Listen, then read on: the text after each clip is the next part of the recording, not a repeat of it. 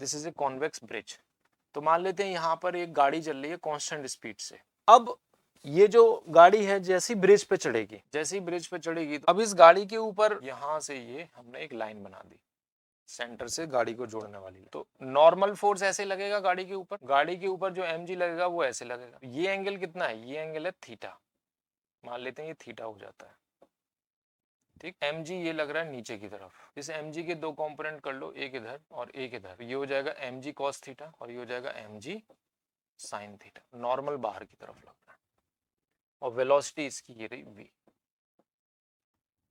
तो अब हम consider a car moving with constant speed से चल रही है। So centre along the center let us apply sigma fc equal to m into ac, net force towards the center।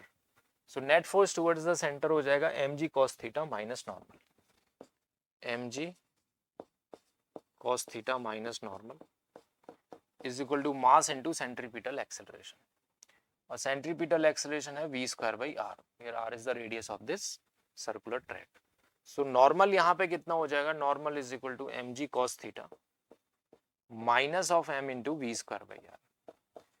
as car ascends, जैसे जैसे car ऊपर जाएगी, theta is decreasing and cos theta will increase। theta decrease कर रहा है, cos theta increase कर रहा है, तो cos theta बढ़ेगा तो normal भी बढ़ेगा, therefore normal will also increase। hence normal is maximum at highest point, highest point पे normal maximum होगा, ठीक है। कितना होगा, what is that maximum normal, maximum normal will be mg minus mv square by r।